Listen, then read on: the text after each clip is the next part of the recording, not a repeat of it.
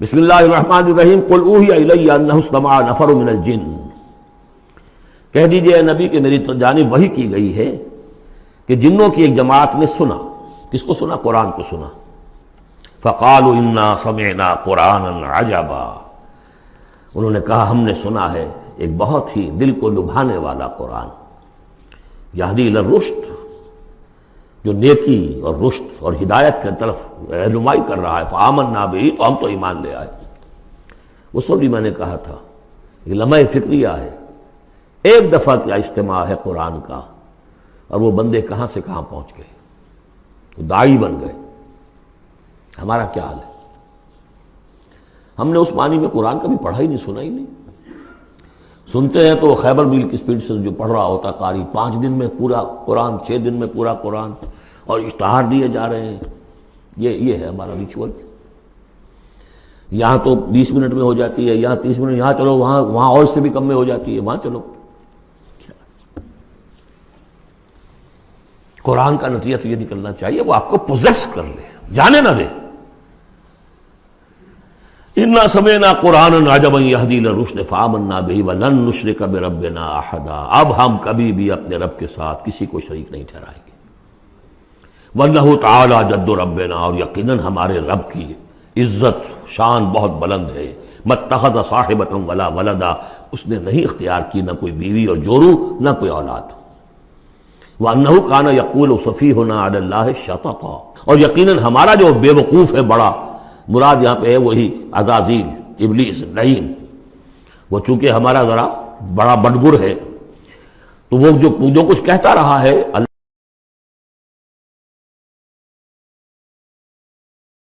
وَأَنَّا ظَنَنَّا أَن لَّن تَقُولَ الْإِنسُ وَالْجِنُّ عَلَى اللَّهِ كَذِبًا، ہم تو اس گمان میں رہے، خوش گمانی میں، کہ جن اور انسان اللہ تعالیٰ کے اوپر جھوٹ نہیں باندھیں گے، لیکن وہ بدماش تو جھوٹ باندھتا رہا۔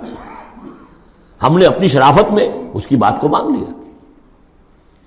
وَأَنَّهُ كَانَ رِجَالٌ مِّنَ الْإِنسِ يَعُوذُونَ بِرِجَالٍ مِّنَ الْجِنِّ فَزَادُوهُمْ رَهَقًا، اور یہ کہ جو انسانوں میں سے مرد ہیں وہ جنات کے مردوں میں کی حفاظت پکڑتے ہیں۔ یہ ہوتا تھا ان کا طریقہ، وہ سمجھتے تھے کہ بیابان میں جو ہے جنات رہتے ہیں اور وہ ان کے جو ہیں سردار بھی ہیں، تو اب راستے نے پڑاؤ ڈالا ہے جنگل میں، تو سب سے پہلے کہتے تھے کہ ہم اس جنگل کے، اس بیابان کے جنات کی ہم پناہ میں آتے ہیں۔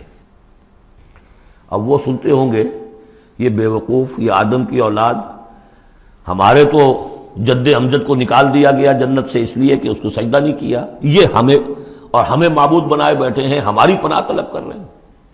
لہذا ان میں اور سرکشی پیدا ہو گئی، اور اکڑ گئے کہ یہ انسان ہو کر یہ ہماری پناہ مانگ رہے ہیں، ہم سے طلب کر رہے ہیں پناہ، تو اس سے ان کے اندر اور زیادہ سرکشی پیدا ہو گئی۔ وَأَنَّهُ كَانَ رِجَالٌ مِّنَ الْإِنسِ يَعُوذُونَ بِرِجَالٍ مِّنَ الْجِنِّ فَزَادُوهُمْ رَهَقًا وَأَنَّهُمْ ظَنُّوا كَمَا ظَنَنتُمْ أَن لَّن يَبْعَثَ اللَّهُ أَحَدًا، اور دیکھو انہوں نے بھی ایسا ہی سمجھا جیسا کہ تم نے سمجھا ہوا ہے کہ اللہ کسی کو نہیں اٹھائے گا۔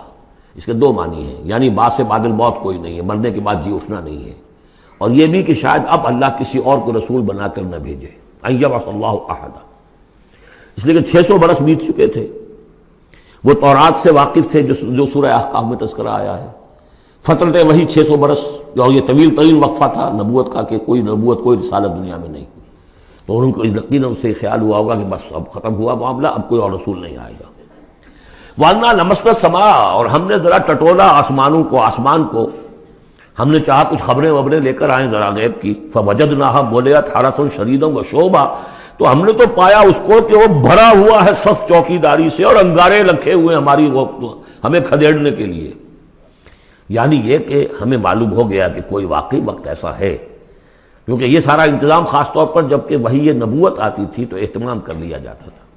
عام حالات میں کوئی بات نہیں، روح اتر رہے ہیں فرشتے، اور یہ جو ہیں یہ آگ سے بنے ہیں، وہ نوری ہیں، یہ ناری ہیں، کچھ نہ کچھ ان سے یارانہ گانٹھ کے کچھ نہ کچھ ان سے لے لیتے تھے، یا یہ کہ اچک لیا، من استرق سرقۃ، کسی نے کوئی چیز جو ہے کہیں سے لے لی۔ لیکن اب جو ہم نے دیکھا ہے آسمان کو، تو واقعی وہاں تو بڑے سخت پہرے لگے ہوئے، یعنی کوئی نہ کوئی وحی کا سلسلہ ہے اور نبوت آنی ہے، اور وہ نبوت ہمیں تو مل گئی، ہم جا کر سنائے کلام اور ہم ایمان لے آئے۔ وَأَنَّا لَمَسْنَا السَّمَاءَ فَوَجَدْنَاهَا مُلِئَتْ حَرَسًا شَدِيدًا وَشُهُبًا وَأَنَّا كُنَّا نَقْعُدُ مِنْهَا مَقَاعِدَ لِلسَّمْعِ اور ہم وہاں بیٹھا کرتے تھے، وہاں پہ گھاٹ میں بیٹھا کرتے تھے کچھ سنگن لینے کے لیے، مقاعد، مقعد بیٹھنے کی جگہ، مورچہ جہاں پہ بیٹھا جائے، ہم وہاں پر اپنے ٹھکانوں میں بیٹھا کرتے تھے۔ فمن یستمع الان، لیکن اب اگر کسی نے کچھ سننے کی کوشش کی، یجد لہ شہابا رصدا، وہ پائے گا اپنے واسطے ایک انگارہ گھات میں، میزائل پیچھا کرے گا اس کو۔ وَأَنَّا لَا نَدْرِي أَشَرٌّ أُرِيدَ بِمَنْ فِي الْأَرْضِ أَمْ أَرَادَ بِهِمْ رَبُّهُمْ رَشَدًا۔ معلوم ہوتا بہت بڑے عالم تھے یہ، تورات کے جاننے والے، انہوں نے ایک ایسی عظیم بات کہی ہے یہ، ہمیں یہ معلوم نہیں کہ آیا زمین میں بسنے والے ان انسانوں کی کوئی شامت آ گئی ہے یا اللہ نے ان کے لیے کسی بھلائی کا ارادہ کیا ہے۔ رسالت آئے گی تو دو ہی نتیجے ہیں، یا تو کوئی عذاب آنے والا ہے اب، اس لیے کہ وما كنا معذبین حتی نبعث رسولا، یا تو کوئی بہت بڑے پیمانے پر انسانوں کی شامت آنے والی ہے، جیسے قوم نوح، قوم ہود، قوم صالح کا حشر ہوا تھا، وہ ویسا ہی حشر ہونے والا ہے۔ اللہ لا نظری، ہم نہیں جانتے، اشر ارید بمن فی الارض، زمین والوں کے لیے کسی شر کا فیصلہ کیا گیا ہے، ام اراد بہم ربہم رشدا، یا ان کے لیے ان کے رب نے بھلائی کا، خیر کا ارادہ کیا ہے۔ ظاہر بات ہے نبوت اور رسالت محمدی خیر پر منتج ہوئی۔ وَأَنَّا مِنَّا الصَّالِحُونَ وَمِنَّا دُونَ ذَلِكَ، اور دیکھو ہمارے اندر نیک بھی ہیں، جنات نیک بھی رہے ہیں اور دوسری طرح کے بھی ہیں، بد نہیں کہا، یہ ہے حکمت تبلیغ، بروں کو بھی برا نہ کہو، ہاں دوسری قسم کے بھی ہیں، نیک بھی ہے اور دوسری قسم کے بھی ہیں۔ کُنَّا طَرَائِقَ قِدَدًا، ہم تھے مختلف راستوں پر جو کہ ایک دوسرے سے پھٹے ہوئے تھے۔ یہ قددا جو آیا تھا نا، قدت قمیصہ، پھٹ جانا قمیص کا۔ وَأَنَّا ظَنَنَّا أَن لَّن نُعْجِزَ اللَّهَ فِي الْأَرْضِ وَلَن نُعْجِزَهُ هَرَبًا، اور ہم نے یہ جان لیا کہ ہم اللہ کو عاجز نہیں کر سکتے، ہرا نہیں سکتے، نہ زمین میں بھاگ کر، اور ہم کہیں بھاگ کر اور زمین میں اللہ کو شکست نہیں دے سکتے، اس کی پکڑ سے نکل نہیں سکتے۔ وَأَنَّا لَمَّا سَمِعْنَا الْهُدَىٰ آمَنَّا بِهِ، اور ہم نے تو جب وہ ہدایت سنی، الہدا سنا، اس کی استماع ہم نے کیا، ہم تو اس پر ایمان لے آئے۔ فَمَن يُؤْمِن بِرَبِّهِ فَلَا يَخَافُ بَخْسًا وَلَا رَهَقًا، تو جو کوئی بھی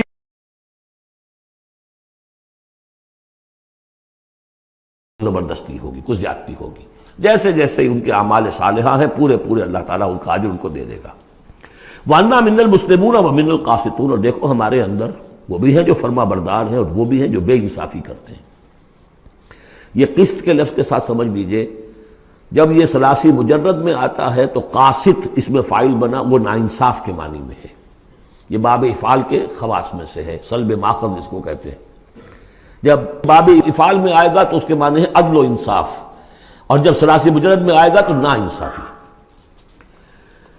قاسطون فمن اسلم فاولئک تحروا رشدا، جو لوگ اسلام لے آئے، اطاعت قبول کر لی، تو انہوں نے تو گویا کہ ڈھونڈ نکالی خیر کی راہ، نیکی کی راہ انہوں نے تلاش کر لی۔ وَأَمَّا الْقَاسِطُونَ، اور جو بے انصاف ہے، فَكَانُوا لِجَهَنَّمَ حَطَبًا، وہ لوگ جو ہے پھر جہنم کا ایندھن بن کر رہیں گے۔ یہاں تک ان کی تقریر ہے جو انہوں نے تبلیغ کی ہے۔ اب جو بات آگے آ رہی ہے یہ خود اللہ کی طرف سے کلام ہے۔ أَن لَوِ اسْتَقَامُوا عَلَى الطَّرِيقَةِ لَأَسْقَيْنَاهُم مَّاءً غَدَقًا، اور یہ کہ یہ اگر لوگ اپنے اس طریقے پر جو طریقہ انبیاء کا تھا، جو آدم نے دیا تھا، جو نوح نے دیا تھا، یہ چلتے رہتے تو ہم انہیں خوب پلاتے، پانی بھر بھر کر خوب سیراب کرتے ان کو۔ یہاں لفظ طریقت آیا ہے قرآن میں، شریعت، طریقت۔ ثم جعلناک علی شریعت من الامر، شریعت اور یہ طریقت، دونوں کا مفہوم ایک ہے، طریقہ اور شریعت، لیکن یہ کہ اس کا استعمال ہو رہا ہے کہ شریعت سے مراد لی جاتی ہے جو دین کی کا قانون ہے، اس کے ظاہری پہلو، قانونی پہلو، اور طریقت اسی کے باطنی پہلو کا نام ہے۔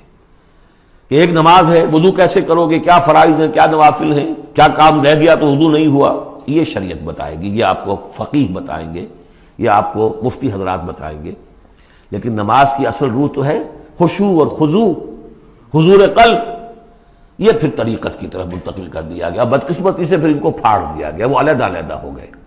یہ سب چیزیں یکجا ہونی چاہیے تھی۔ اور جو ہمارے اولین صوفیاء ہیں وہ بہت بڑے عالم بھی تھے، ایسے نہیں تھے کہ صرف صوفی تھے، وہ بہت بڑے مفتی بھی ہوتے تھے، بلکہ اولین کیا اس دور میں بھی جو میں نے آپ سے بتایا تھا کہ قاضی صلاح اللہ پانی پتی رحمۃ اللہ علیہ، وہ مفتی بھی ہیں، مفسر بھی ہیں، محدث بھی ہیں، اور بہت بڑے مرشد بھی ہیں، میرزا مظہر جانے جانا شہید کے خلیفہ ہیں، اور یہ سب شیخ احمد سرہندی رحمۃ اللہ علیہ کا جو سلسلہ ہے، سلسلہ مجددیہ نقشبندیہ، اس کے بزرگ ہیں۔ وہ ہے وہ جامع صفات لوگ. لنفتنہم فیہ، اور یہ بھی جو ہم کو پانی پلاتے اور سیراب کرتے، یہ بھی اس لیے تاکہ ان کو اور جانچے اور پرکھے اور امتحان لے. ایک امتحان غربت میں ہے، ایک امتحان تمنگری میں ہے، ایک امتحان فاقے میں ہو رہا ہے، ایک امتحان ہو رہا ہے کہ کثرت سے ہم نے دے رکھا ہے. ومن یعرض عن ذکر ربہ، اور جو کوئی بھی اعراض کرے گا اپنے رب کے ذکر سے، یسلک عذابا صعدا، تو وہ چلے گا، وہ ڈال دے گا اس کو چڑھتے عذاب میں اللہ تعالیٰ، ایسے عذاب میں صعدا جس کی شدت بڑھتی چلی جائے گی. وَأَنَّ الْمَسَاجِدَ لِلَّهِ فَلَا تَدْعُوا مَعَ اللَّهِ أَحَدًا، اور دیکھو مسجدیں اللہ کے لیے ہیں. مسجد سے مراد مسجد سجدے کی جگہ بھی ہے، اور مسجد سے مراد سجدے کے یہ اعضاء بھی ہیں. یہ پیشانی اور یہ ناک اور یہ ہاتھ اور یہ پاؤں، ایڑیاں اور وہ پنجے، یہ سارے جو ہیں یہ سجدے کے جو جسم کے حصے ہیں. یہ مسجدیں بھی اور سجدے کی جگہ بھی للہ ہے، سب اللہ کی ملکیت ہے. فَلَا تَدْعُوا مَعَ اللَّهِ أَحَدًا، اللہ کے ساتھ کسی اور الہ کو مت پکارو. وَأَنَّهُ لَمَّا قَامَ عَبْدُ اللَّهِ يَدْعُوهُ كَانُوا يَكُونُونَ عَلَيْهِ لِبَدًا.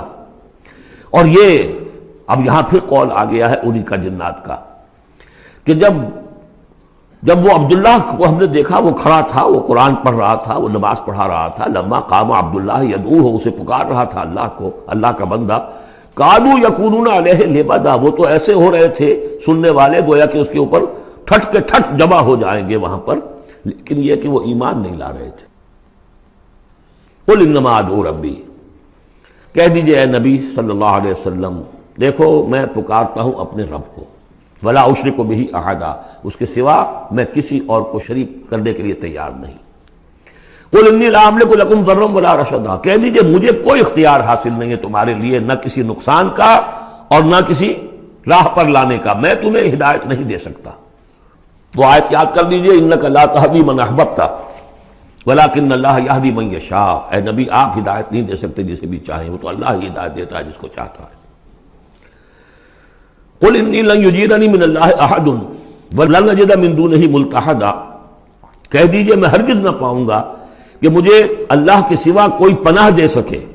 یجیرنی من اللہ احد، اللہ کی پکڑ سے بچانے کے لیے مجھے کوئی پناہ دے سکے میں نہیں پاؤں گا. ولن اجد من دونہ ملتحدا، اور اللہ کے سوا میں کہیں جو ہے کوئی اپنا سر چھپانے کی جگہ نہیں پاؤں گا. الا بلاغا من اللہ،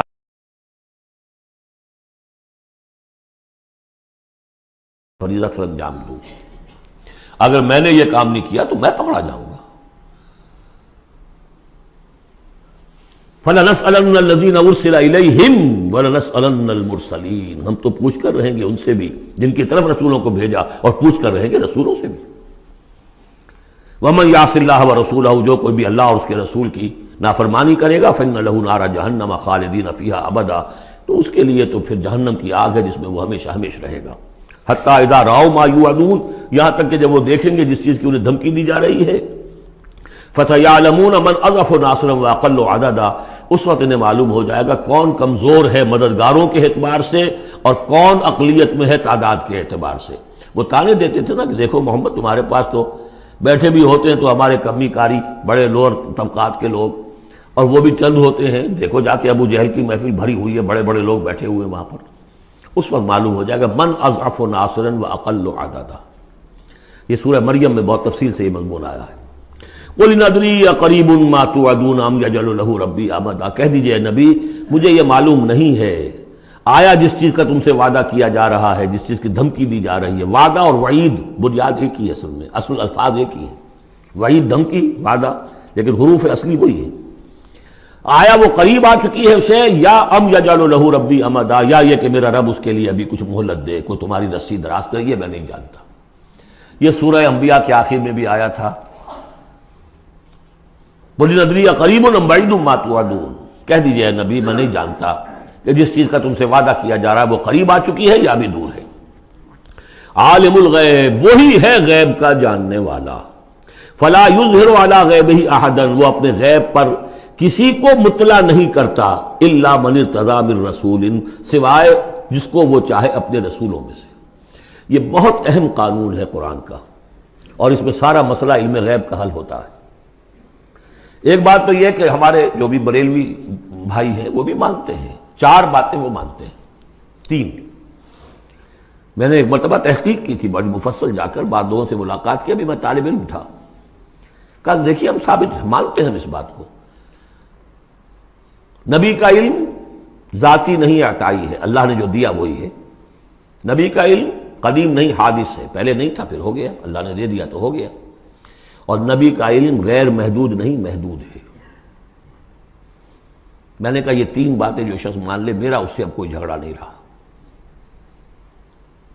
لیکن ہمارے ہاں کچھ لوگوں نے ایک ڈیفینیشن کر لی علم غیب کی، علم غیب وہ ہے جو بغیر کسی کے بتائے خود حاصل ہو جائے، اس اعتبار سے تو میرے پاس بھی علم غیب ہے، نہیں یعنی کسی کے پاس کوئی علم ہے ہی نہیں، ہمیں دیا اساتذہ نے دیا، حضور کو دیا اللہ نے دیا، جبریل کو دیا اللہ نے دیا، اس معنی میں تو ذاتی علم تو کوئی بھی نہیں مانتا کسی کا، علم تو دینے سے ہوتا ہے۔ البتہ علم غیب کسے کہتے ہیں؟ وہ چیزیں جو ہماری نگاہوں سے چھپا دی گئی ہیں، وہ عالم غیب ہے، جنت ہے، دوزخ ہے، فرشتے ہیں، یہ سب کیا ہے؟ عالم غیب۔ تو نبیوں کو تو کچھ نہ کچھ حصہ اس کا دکھایا جاتا ہے تو نبی بنتے ہیں نا، ورنہ میرے اور نبی میں فرق کیا ہوا پھر؟ اگر میرا بھی علم وہی ہوتا ان السمع والبصر والفؤاد، تو میرے علم اور حضور کا بھی علم یہی ہوتا تو فرق کیا ہوا؟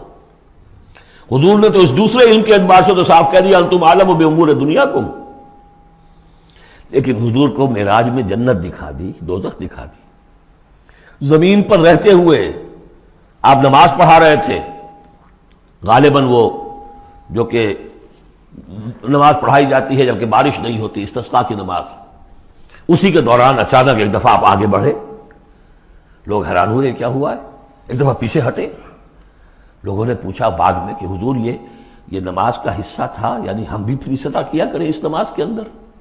یہ فرمایا نہیں، اصل میں میرے سامنے جنت لے آئی گئی، اب بے اختیار میرا ہاتھ بڑھ گیا کہ میں اس کا پھل توڑ لوں، اور میرے سامنے اس کے بعد دوزخ لے آئی گئی اور اس کا جو بھبکا آیا گرمی کا، اس سے میں بے اختیار پیچھے ہٹا۔ دنیا میں سیر کرا رہے ہیں، بہرحال یہ غیب ہی میں سے ہے، البتہ کل غیب یہ جو مانے اللہ نبی کے لیے وہ کافر ہے، اور وہ مانتے ہیں، بریلوی بھی مانتے ہیں، کل غیب کا کوئی سوال ہی نہیں۔ نبی کا علم محدود ہے، نبی کا علم حادث ہے، نبی کا علم عطائی ہے، تین باتیں مان لیجئے، باقی نبی کا علم کتنا تھا کتنا نہیں تھا یہ میں کون ہوں ناپنے والا اور آپ کون ہیں ناپنے والے؟ دیا اللہ نے جو دیا، بتایا جو بتایا، اللہ اللہ اور خیر صلی اللہ۔ تو یہ عالم الغیب وہ ہے غیب کا جاننے والا، فلا یظہر علی غیبہ احدا، تو وہ نہیں مطلع کرتا اپنے غیب پر کسی کو، ہاں الا من ارتضی بالرسول، سوائے اپنے رسولوں کے۔ کذالک نوری ابراہیم ملکوت السماوات والارض، یہ ہم نہیں پڑھ چکے؟ ابراہیم کو بھی ملکوت دکھائے، حضور کو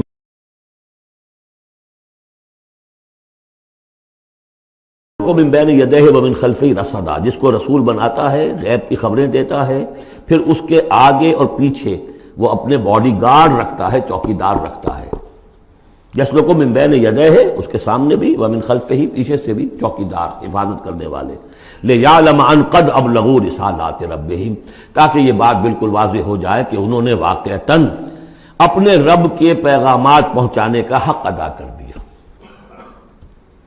جیسا کہ حضور نے پوچھ کر جواب لیا تھا، انا نشہد انک قد بلغت الرسالۃ وادیت الامانۃ وکشفت الغمۃ ونصحت الامۃ، ہم گواہ ہیں حضور، واحاط بما لدیہم، اور اللہ تعالی